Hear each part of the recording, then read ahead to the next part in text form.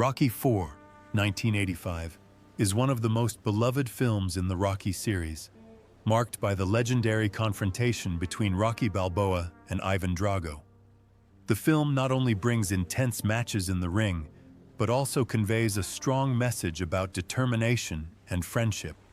However, it is unfortunate that many stars who appeared in this classic are no longer with us. In today's video, we will remember the 14 Rocky IV actors who have passed away, looking back at their careers and the legacy they left for millions of fans. Burt Young as Paulie Panino. Burt Young, whose real name is Gerald Tommaso DeLuise, was born on April 30th, 1940, in Queens, New York. He was 45 years old when he joined Rocky IV in 1985 as Paulie Panino, Rocky Balboa's hot-tempered but loyal brother-in-law. The role brought him closer to a global audience, especially after he received an Oscar nomination for the original Rocky, 1976. A rare honor for a supporting actor beloved for his heartbreakingly realistic performance. Few people know that before his on-screen fame, Young was a U.S. Marine and a professional boxer, winning 32 of his 34 fights. The years of discipline in the military and in the ring forged the rugged look and tired but determined eyes that were an essential part of the Paulie character he portrayed. But behind the glamour of Rocky, his real life was as dark as the characters in the movies.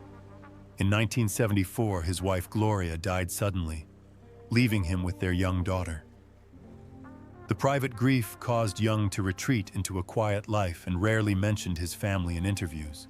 During the 1980s, he also suffered a financial crisis due to a series of supporting roles, box office failures, and even considered quitting acting altogether. However, he persevered, appearing in films such as Once Upon a Time in America, 1984, Back to School, 1986, and then Win-Win, 2011, often playing tough characters that closely mirrored his own personality. Burt Young's life off the set was far from peaceful. He owned a restaurant in the Bronx, ran the 1984 New York Marathon, and in his later years found joy in painting and writing. Some of his artwork has even been exhibited in international galleries. His paintings appeared in a scene from the 2006 film Rocky Balboa, a subtle symbol of the intersection between art and real life. However, old age did not spare him. In his later years, Burt Young was said to have been battling heart disease, atrial fibrillation, and atherosclerosis, which severely weakened his health. On October 8, 2023, he passed away in Los Angeles at the age of 83. The official cause of death was cardiac arrest, with contributing factors including a heart attack. He was buried at Mount St. Mary's Cemetery in Flushing, Queens, a peaceful resting place in the heart of New York, not far from where he was born and raised. His net worth was estimated at $2 million, a modest sum for a film legend with a career spanning nearly 50 years. Leroy Neiman as himself. Leroy Neiman, born Leroy Leslie Runquist, was born on June 8, 1921, in St. Paul, Minnesota. In 1985, at the age of 64, he made a surprise cameo as himself in Rocky IV, lending authenticity to the boxing scenes, a moment that stunned audiences but was perfectly in keeping with his passion for the sport and his public image. Neiman's childhood was not easy. His biological father abandoned the family, his mother remarried several times, and he was forced to take his stepfather's last name at a young age. After World War II, he studied art and began his career at Playboy magazine, where he illustrated for 50 years and created the famous character Femlin. He also traveled the world, painting for the Olympics, the Super Bowl, boxing matches, Las Vegas casinos, jazz nights, and even wildlife portraits. With his ability to capture vivid moments in bold strokes, Neiman quickly became known as the world's first great sports artist. In 1957, he married Janet Barn, his partner for 55 years until his death. They lived in a historic apartment at the Hotel des Artistes in Manhattan, Once home to legends such as Norman Rockwell and Rudolph Valentino, the love and stability that Janet provided was seen as an important emotional support that helped Neiman overcome his personal struggles and continue to focus on his art. Despite his fame and success, with an estimated net worth of $20 million, Leroy Neiman has not been immune to controversy.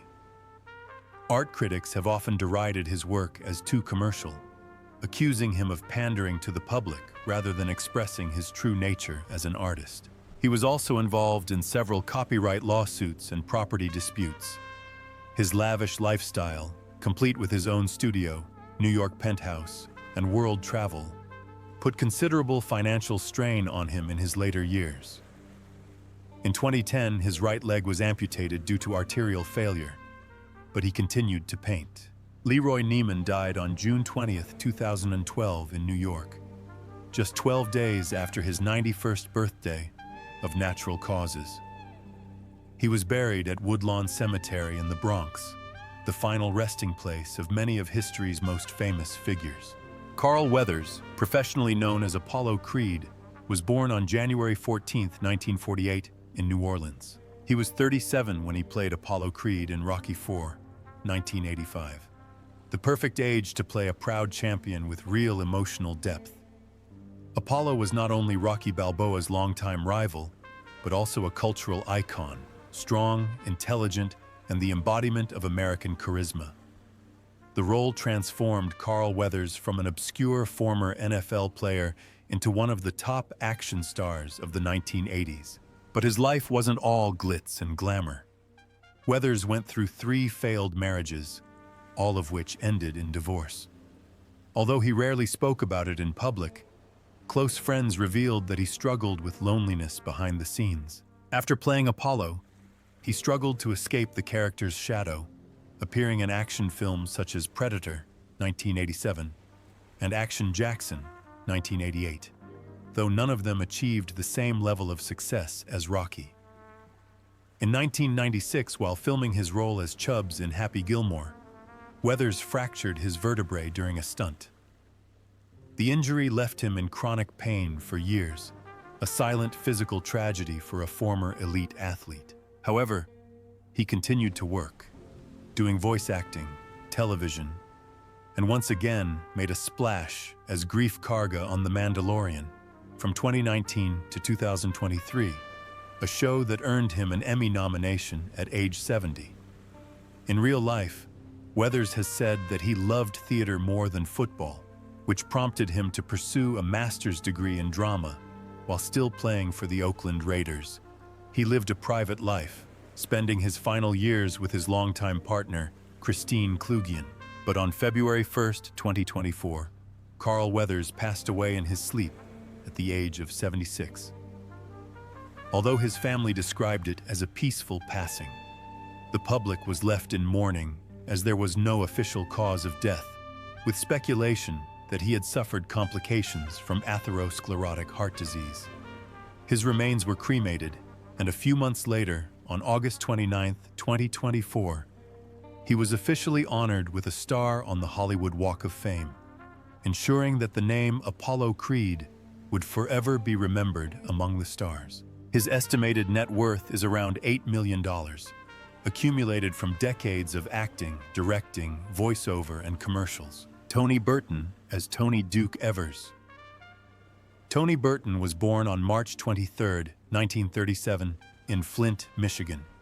He played Tony Duke Evers, the devoted trainer of Apollo Creed, and later Rocky Balboa in the Rocky film series. When he appeared in Rocky IV in 1985, he was 48 years old and one of only 4 actors to appear in all 6 original Rocky films.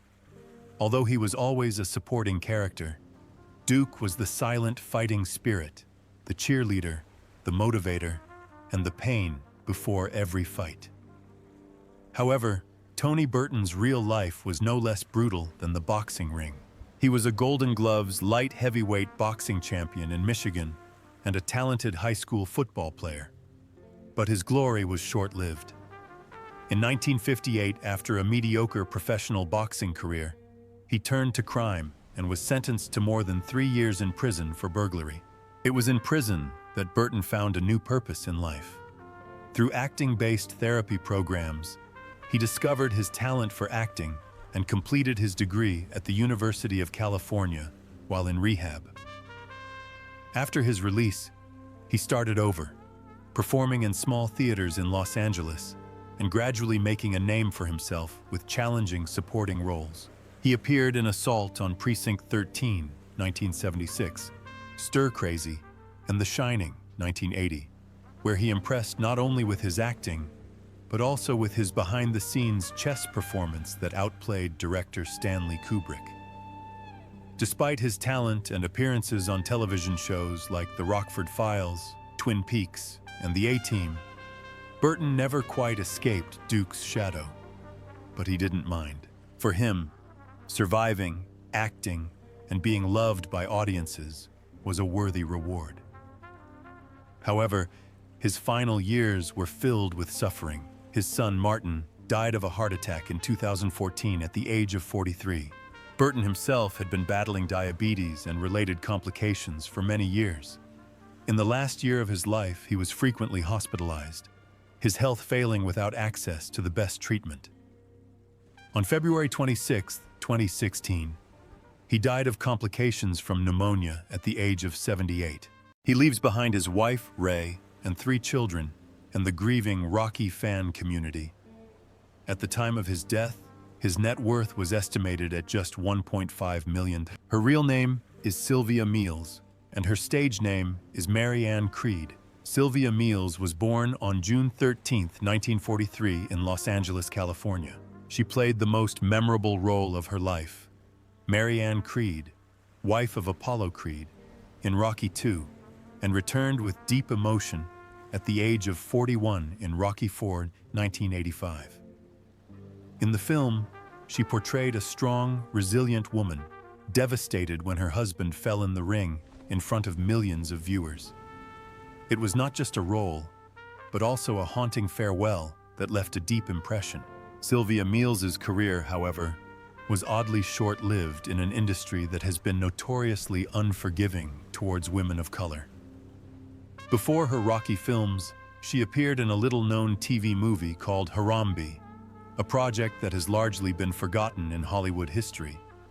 But it was her role as Mary Ann Creed that gave her her moment to shine. Despite her limited screen time, Sylvia's every appearance left a strong impression. Her determined gaze as she watched her husband enter the ring, and her firm voice pleading with Rocky to stop the fight in Rocky IV, are testaments to her strong emotional range.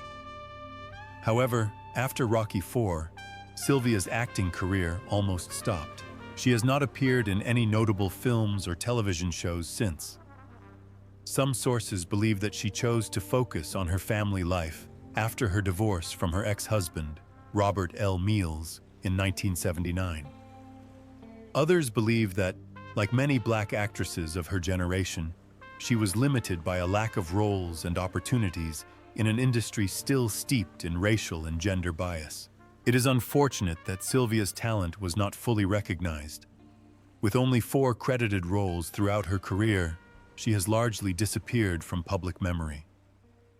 While the male actors of the Rocky series continued to take on leading roles and became cultural icons, Sylvia quietly faded into obscurity, not even being invited back in later installments such as Creed, 2015, where the character of Mary Ann was replaced and played by a different actress. Sylvia's life ended quietly on March 29, 2011, in her hometown of Los Angeles.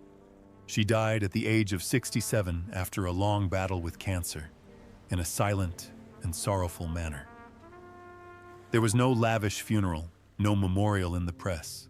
Her death was known only to a small group of Rocky fans, and like her role in the film, it was quiet, poignant, and tragically forgotten.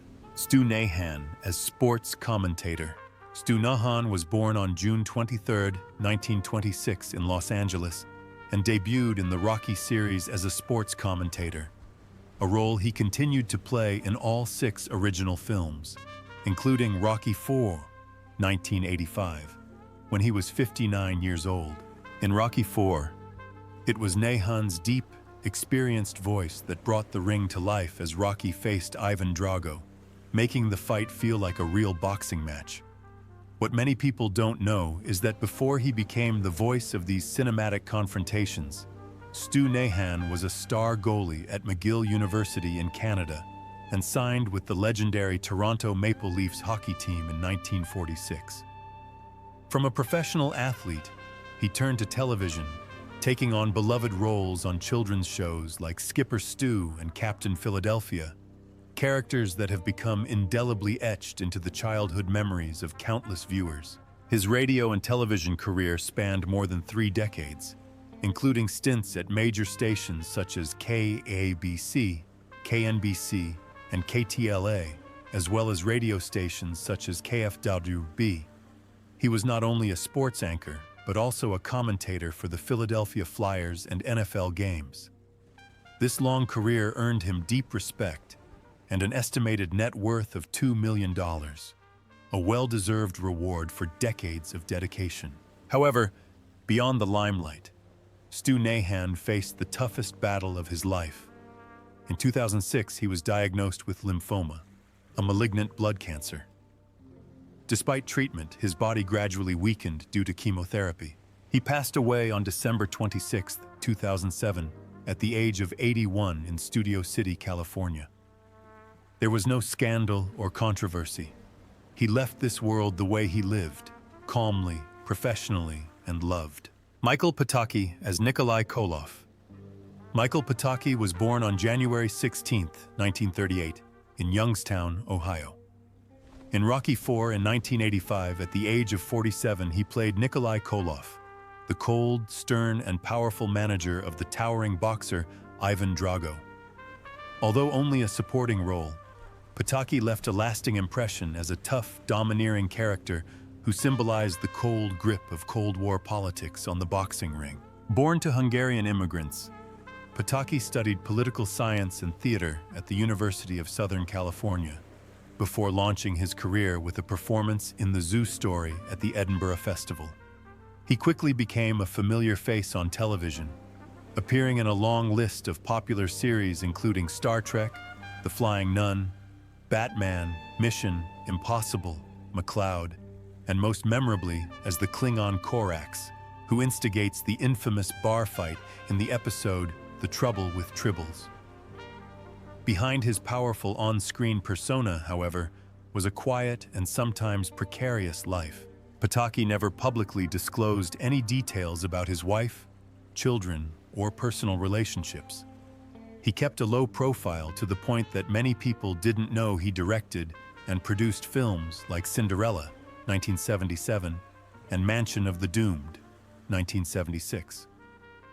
Although he appeared in dozens of films, from Airport 77 and Love at First Bite to Halloween 4, most of his roles were supporting or B-movie roles, preventing his career from reaching the heights of some of his contemporaries. Pataki battled cancer in his later years.